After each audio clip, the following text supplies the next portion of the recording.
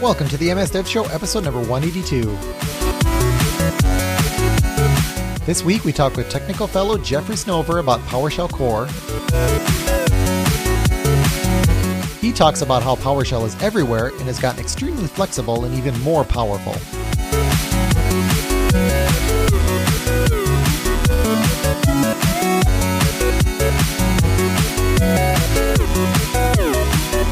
Raygun gives you complete visibility on errors, crashes, and performance problems affecting your end users. Replicate issues in seconds rather than digging through log files or having to rely on users to report errors or crashes. Raygun gives you a window into how users are really experiencing your software applications. Check it out today at raygun.com. This week we have Jeffrey Snover, Technical Fellow at Microsoft. He invented PowerShell, was one of only 3 chief architects for Windows Server, and is currently leading the Azure Infrastructure and Management team, where he focuses on Azure Stack. Welcome, Jeffrey. Howdy, how you doing? Pretty good. That is quite the intro that you have there. And I've heard rumors that Technical Fellows also have like Marvel style like superpowers. So, you know, like, can you fly? Or it's an impressive resume though. It's awesome. Thank you. How long have you been at Microsoft? 18 years. 18 years. Wow. You've done some really cool stuff there. Okay. So we want to jump right into the PowerShell question since we have the father of PowerShell here, himself. Right. So I guess we should just start with like, what is new in PowerShell? Cause PowerShell's been out for how long has it been out? I saw it introduced. Man, how long was it? 2006. 2006, yeah. So well over a decade old. So I guess like, you know, what is kind of the state of PowerShell today? Yeah, so basically there's Windows PowerShell and now there's Core PowerShell. Mm-hmm. And those are 2 very different things. Very similar, but different as well. So if you think about the original mission was really to provide, you know, a great general purpose scripting solution for Windows. And when you think about that mission, it's effectively achieved. You know, of course, there's always a long tail, you know, fix this, add that. But effectively, you know, that mission's been achieved. And so now we have a new mission, right? We have a new leader at Microsoft. He's given us a new direction, basically said, hey, get out of your offices, go talk to customers, figure out what they need to be successful and give it to them. Mm-hmm. He said, you know, don't worry about the money. If we can figure out how to make people successful, we got smart people who can figure out how to monetize that. Yeah. But if people aren't being successful with our software, it's really hard to monetize. So when we got out there and started talking to people, what we heard was that people really needed it was a heterogeneous world, and it was a very hard world to manage. And that gave PowerShell a new mission.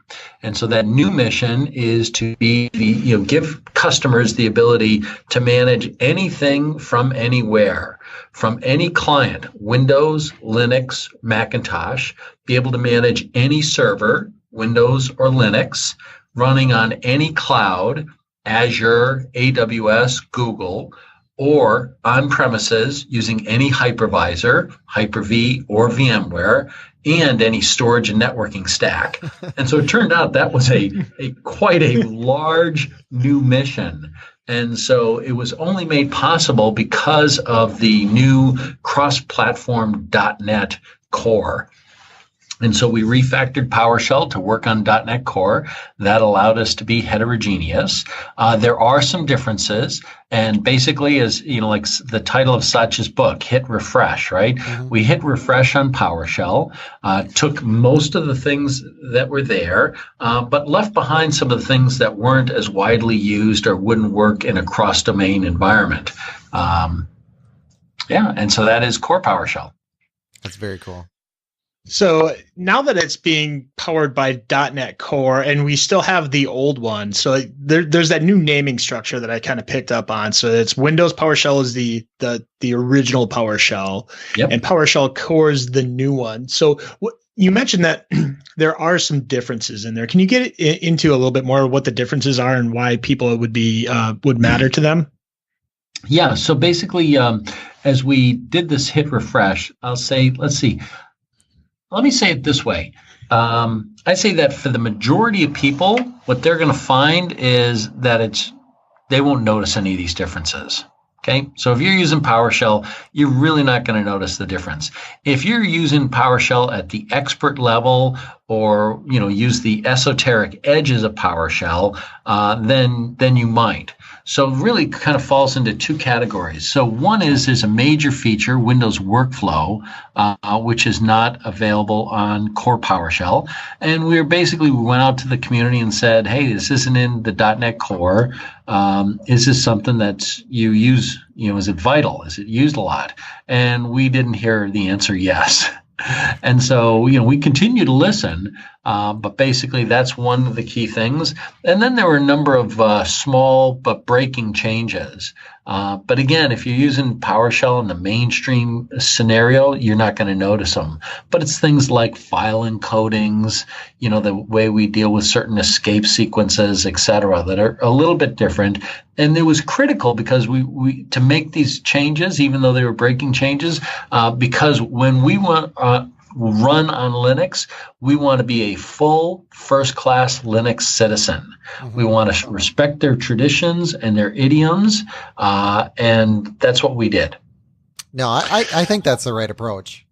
Yeah. So, one of the questions I do have, if I do want to, kind of just crawl into checking out PowerShell Core, can I have these installed side by side? And what does that look like?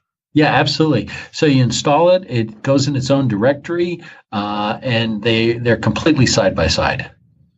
That's awesome. Okay. And then is like, is this a replacement then for PowerShell though? Like, is PowerShell Core a replacement? Like, is the existing PowerShell going away then? Is that the kind of the longer term plan? No. Okay. It is not. It is not. That is to say, it's not going away. So Windows PowerShell is effectively we'll say that's done. Okay. Mm-hmm. So that's going to be in Windows and it's done. All the new innovation is going to be done on core PowerShell. So, at some level you can say it's a replacement, but because there are some issues. Oh, by the way, there's another one, and that is, there is no graphical library in .NET Core. And so things like show command and certain other things, out grid view, those aren't available in core PowerShell either. So anyway, the Windows PowerShell does have some things. I expect a lot of people continue to work with it, but it's effectively done. Now, at some point, some people are like, oh, isn't that a problem? And the answer is no, it's not a problem. Trust me. First off, PowerShell version 1 was about somewhere between 20 and 40 times more powerful than command.exe. Now, command.exe has not been touched in over 20 years. I mean, literally, we just don't touch it. And people, when I came to the company, the people who owned command.exe, they were the most powerful PowerShell supporters because they're like, oh, please, would you help kill this thing? Every time we touch it, we break the world. So anyway, it's at least 20 times as powerful, PowerShell version 1. Command.exe hasn't been touched in 20 years, and we still can't get rid of it because people use it so much. So anyway, and that was with PowerShell version 1. We're now on PowerShell version 5.1 that ships with Windows. I am absolutely confident that any need that people have for the next 20, 25 years, PowerShell version 5.1 is going to suit them just fine. Mm-hmm. That said, I'm going to put all my innovation into PowerShell version 6. Okay. Cross-platform version. Yeah, I think that's a nice, a fairly clear message. And I think I should say, I assume that the reason that you're kind of able to say that is because, I mean, it's a base platform that's extensible, right? So, I mean, you could probably do just about anything you want in any version. It's just a matter of, how you do that and how much work you want to put into it. Yep, exactly. Yeah. And by the way, so what's happened is now the way .NET guys, they're great engineers.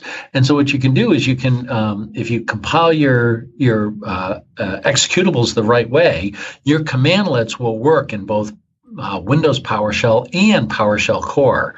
So how good is that? Yeah, that's pretty cool. That was actually going to be one of my next questions was like, there's obviously a lot of PowerShell scripts out there on the internet. Like, was there any kind of process? I know you said that, for the most part, like everything is there except for things like the output grid view and things like that.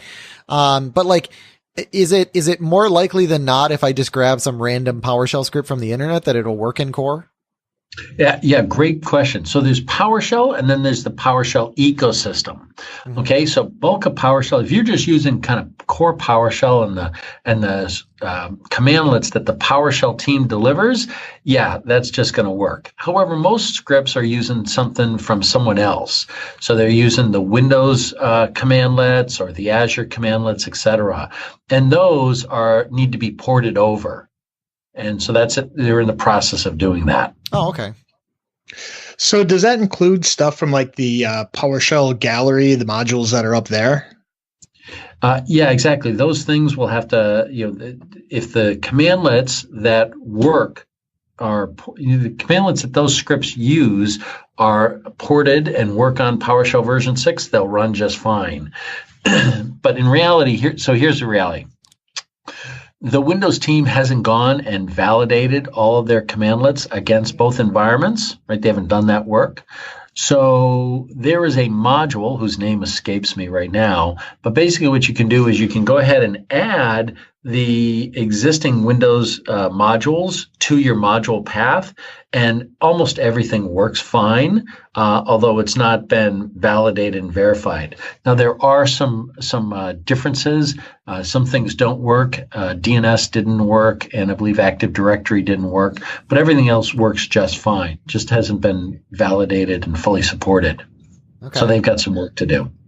Okay. And then in my actual, PowerShell script, like my PS1 file or whatever, how do I actually specify, do I specify what I want to run as, or, from my perspective, am I just a script that the user will determine, how they want to run it? Yeah, so basically both. So in your script, you can define whether you have a requirement. Like if you're only going to work in PowerShell version 6, you can declare that. And then if you try and run it in 5, it'll say, nah, that's not going to work. And then also when you publish it, we have a convention for how to tag your module to tell people whether or not it's going to work in one environment or both. Mm-hmm. So in a Win32 app, I can have it execute PowerShell script through, I can't remember the exact namespace. Is there something similar, or is it the same way to execute something in PowerShell Core to automate that with a desktop application? Yep, it's exactly the same. No change needed. That's awesome. The DLL might be different, but the model's the same, the API is the same. I didn't even know you could do that. That's cool. Oh yeah, just think of it through it. I mean, here we were influenced heavily by the TCL model, TCL, mm-hmm. And basically that is to say that the scripting engine is a DLL that can be loaded into any executable and extended by that executable. So that's why in the integrated scripting environment, you can run PowerShell there, or you can run it in the console, or you can run it in the remote host, the remoting host. That's the PowerShell engine hosted in 3 separate executables. Yeah, I did want to dive into that. Like, how does that actually work, that remoting host? Yeah, so basically the remoting host, when you connect to a remote machine, What's actually happening is you can connect to to different endpoints. We call these configuration names. Mm-hmm. And if you don't specify one, we give you a default one. But in fact, on any given machine, there are a bunch of these. And then these can connect to different implementations of PowerShell or different configurations.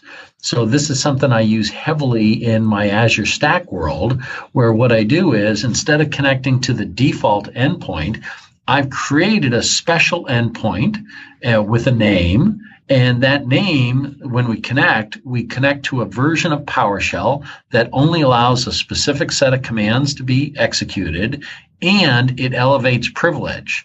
So I actually connect in as a user, not as an admin. Mm-hmm. I only get a well-defined set of commands, and when I run them, they run as admin on that machine. Anyway, so now you can have additional endpoints. You can have some that connect to PowerShell version 5, others that connect to PowerShell version 6. You just specify the name that you want to connect to. That's cool. So, I mean, is this all kind of interchangeable? Like, if I'm running like PowerShell Core locally, can I remote into a, like a Windows PowerShell machine then and be executing commands remotely? Yeah, absolutely. In fact, that's the trick. That's cool. I'm going to demo this at an upcoming keynote that I give. But basically, it's even better than that. Okay. So basically, from Windows PowerShell, you can remote to PowerShell Core. From PowerShell Core, you can connect to remote Windows. From either of those, you can connect to Linux PowerShell. When you go to Linux PowerShell, you have the option of using our default WinRM remoting or WSMan remoting or SSH, so you can remote over SSH. It's wonderful. But here it gets even better. So when you connect to something, you have the ability to say, okay, now I'm connected. I want to run some commands over there and get the output over here. But there's also this thing that says, hey, given that connection object, I would like to import commands. So, if you do an import module, the commands from that module are then available in your session, and you can run them. Well, there's basically the same way to do the same thing to a remote session. So what you say is, I'd like to connect to this remote machine, and I would like to import the commands from that remote machine. So the commands on that remote machine show up on your machine, and when you execute them, they go over to the remote machine and execute over there. So literally, you're on a Linux box. You can connect to Windows PowerShell or PowerShell Core, and you say, "Hey, import all these things." And then you can say stuff like, get disk, and you'll be getting the disk from the remote Windows machine, and you'll restart the computer. You can do that remotely. Basically, everything works remotely. That's kind of mind blowing. So it's like in the movies, whenever they're like routing it through their commands through all different countries, that'll be like your demo, so that they, when they try to trace you, they have to trace back through all these different connections. Exactly right. Robert Mueller will be chasing me. Yeah, exactly. That's really, that is really cool because, I think, I don't know what scenario you had exactly in mind, but, I'm just thinking if I am using like Mac or Linux, it is, it's great for managing those Windows machines. Let me give you concrete. Sure. Yeah, exactly. Let me give you a concrete example. So right now, the AD command, I mentioned like the DNS commandlets and the AD commandlets don't work in PowerShell version 6. Mm-hmm. But wait, here's what you can do. You can be on any machine you want. All you have to do is have connectivity to some machine that has the AD commandlets on it. So you connect to that machine and you say, hey, I'd like to import the AD commandlets. And now you're here and you can run the AD commandlets and they'll transport over to the remote machine, execute there, and you get the results here. So all you need in your environment is one Windows box that has the AD commandlets, and then your core PowerShell running on Windows, Mac OS, Linux can access the AD commandlets because they'll just get routed to that machine and executed. I mean, how crazy is that? I mean, this is just it really is wonderful. As you think about it, you're like, is that really true? Can it really be that great? And it truly is. Don't wait for users to report problems. Raygun gives you complete visibility on errors, crashes, and performance problems affecting your end users. Replicate issues in seconds rather than digging through log files or having to rely on users to report errors or crashes. Raygun gives you a window into how users are really experiencing your software applications, supports all major programming languages and platforms, and integrates with your current development workflow tools too. There's a free 14-day trial, and it takes minutes to implement. So start resolving issues in your application and check it out today at raygun.com. There's this thing that not everybody knows about, but if you go to shell.azure.com, you can actually pick Bash or PowerShell. So you can, even if you don't have PowerShell installed, you can be using PowerShell. Do you know if that supports the remoting? Like, I'm not sure why you would do that, but like, can that be sort of your entry point? I mean, can you use PowerShell purely in the cloud then? Yes, you can. Now, let me be clear. The one thing I know it does, and then I'm not sure about the other one, is from that, you can remote to anywhere. Yeah. So you can go to that URL, and then from there, you can remotely connect to any machine, local, remote, in the cloud. You can use that machine to go to the PowerShell gallery. So let's get this in focus. You can go to the Azure portal, and you can click a button to say, I'd like to get a PowerShell session running in a browser. Mm-hmm. That session comes up, it's running PowerShell. From there, if you wanted to, you could connect to the PowerShell gallery in the cloud and say, I'd like to import the AWS commandlets. And then you can run and manage AWS from that environment. How crazy is that? So it truly is this, we take the, Satya at his word, and he's been true to his word. Hey, go figure out how to make our customers successful. Don't tilt the world all, make sure you do a good job covering our stuff. But if our customers need to manage other stuff, help them do that. And that's what we've done. And I got to tell you, the reaction from the community has been fantastic. Mm-hmm. The Linux community, we knew that we would not be greeted as liberators to that community. And so there's been, a healthy sense of skepticism, but we welcome that. Our heads and our hearts are in the right place, and we're just doing the right things. And the folks who then get past the initial what, and they kick the tires, have been very impressed. They like it a lot. Yeah. So is PowerShell Core open source? Yeah, it is. Okay. No, it's not. Wait, it's better than that. Not just, but wait, there's more. Exactly. Not only is it open source, but for the release that we just had, over 50% of the pull requests came from the community. Wow, how crazy is that? That's awesome. Yeah, and what was great is what happened, right? At Microsoft, if you haven't worked at Microsoft, here's the deal. Every team, right? We're one of the richest companies in the world. We got $1 billion in the bank, stuff like that. But it's a conscious decision to underfund every team. And that forces teams to get clear about priorities, what really matters, et cetera. So as crazy as it sounds, everybody's underfunded.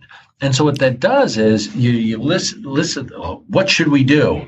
And, you have these conversations, and then you have to have these hard conversations about priorities, et cetera. So there was this one feature that I wanted. You can say get credentials, and you can say minus title, but you couldn't give a message. And, say have a message in the message box. So I argued, well, we should do this. And then there was this conversation well, should we, shouldn't we? Is there really a scenario? And then, okay, fine, there is. But if we do this, what other features are we not going to do? Long conversations. And then guess what? It falls below the cut line. Next release, same conversation. Next release, same conversation. I'm just dying with this stuff. We open source. A couple weeks later, there's a pull request. Somebody added the 10 or 20 lines of code. Just okay, fine, accept. What was the username Jeffrey at night? No, it should have been. I cannot tell you how happy and how full of joy I was to see that guy's pull request. I mean, it was just yes, thank you.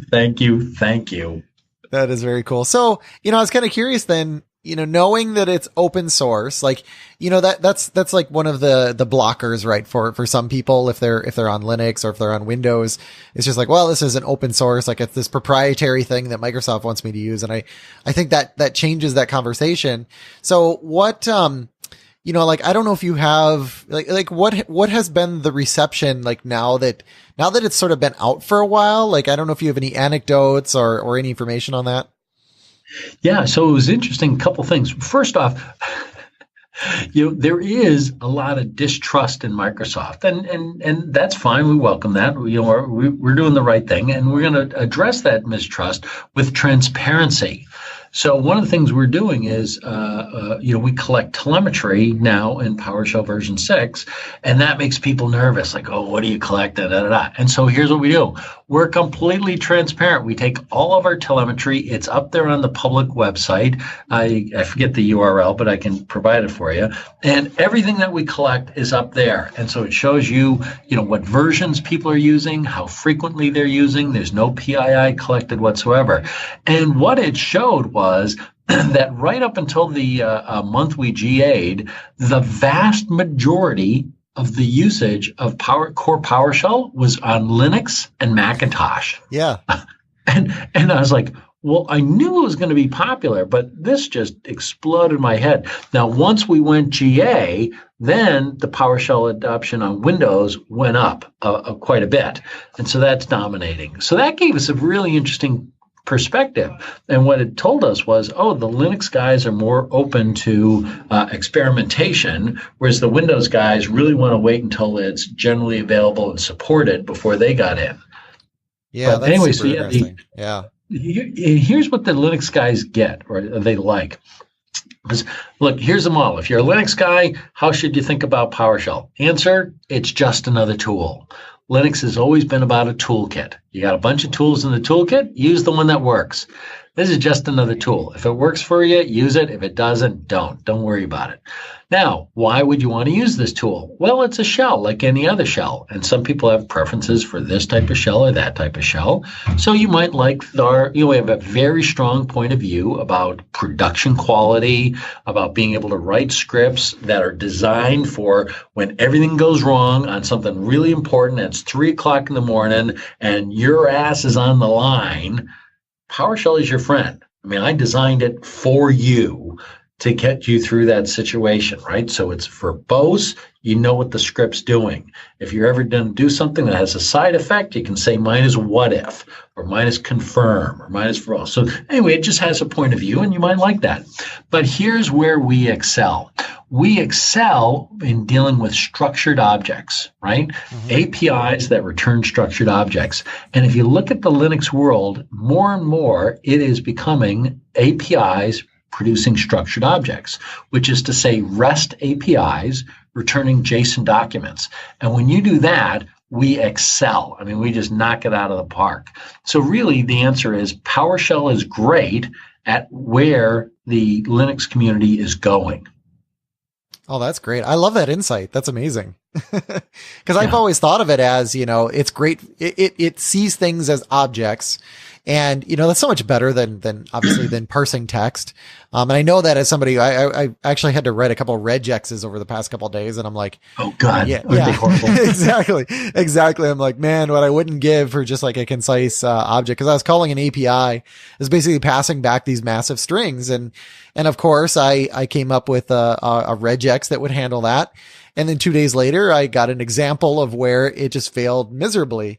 Whereas in PowerShell, I mean, the object is what it is. Obviously, it could change or whatever, and you can kind of deal with that.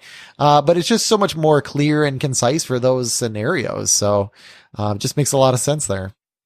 Yeah, you know what? Here's the thing. I started off my career long time Linux, it was Unix back then, guy.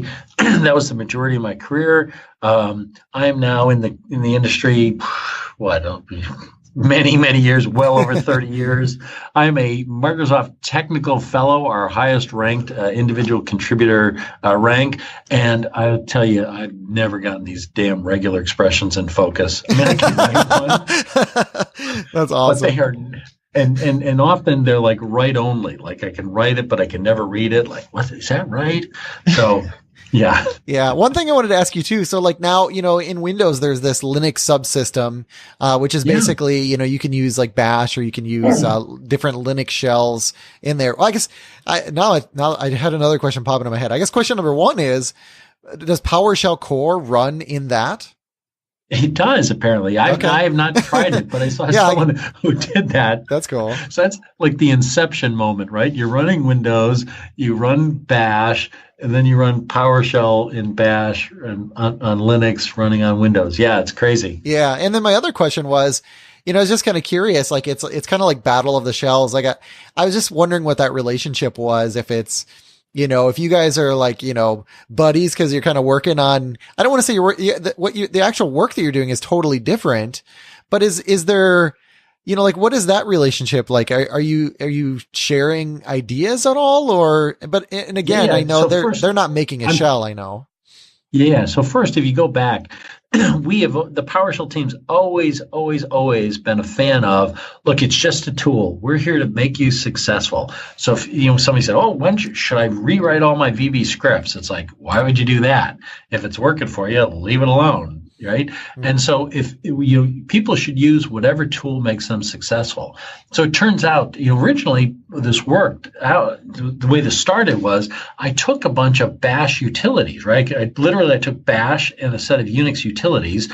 Back then we had a different model. It was a true POSIX subsystem that we called Services for Windows.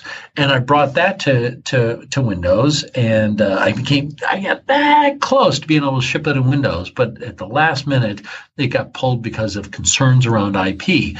But we made it freely available. And it turned, because I'd never wanted to invent anything in this space. Unix had a great model, but it turned out it just didn't work at all. Right? So why didn't it work at all? And the answer is because all those things, bash and all those utilities, are optimized for the Unix architecture. The Unix architecture, everything is an ASCII text file. So if you can modify an ASCII text file and restart a process, you can manage most everything that Unix and Linux has to offer. That's why grep, awk, sed, those are all management tools. They're text manipulation, but they're used for management. And so when I brought those tools to Windows, the reason why it didn't help at all is because awk wouldn't work against the registry, right? It's an API that returns structured objects. Yeah. Grep wouldn't work against Active Directory. Sed wouldn't work against WMI. So there's a fundamental architectural difference between the two environments. And that's why we had to invent PowerShell. Now, WSL, the Windows Linux subsystem, WLS. Yep. Yeah, whatever. Subsystem for Linux. Yep. It's so popular because a lot of open source developers are using Windows to develop their open source software that they're then going to target for a Linux box. Mm-hmm. So now, it used to be that they would do all their development on a Macintosh, but if you look at the Macintosh, that thing hasn't been competitive for many years, right? I mean, those poor people are being exploited, with wicked out-of-date hardware that hasn't kept up to date, and it has premium prices. And a bunch of people look and it's like, but look at these PCs. I mean, they're freaking awesome and they're cheap. If only I could do my Linux server development on it.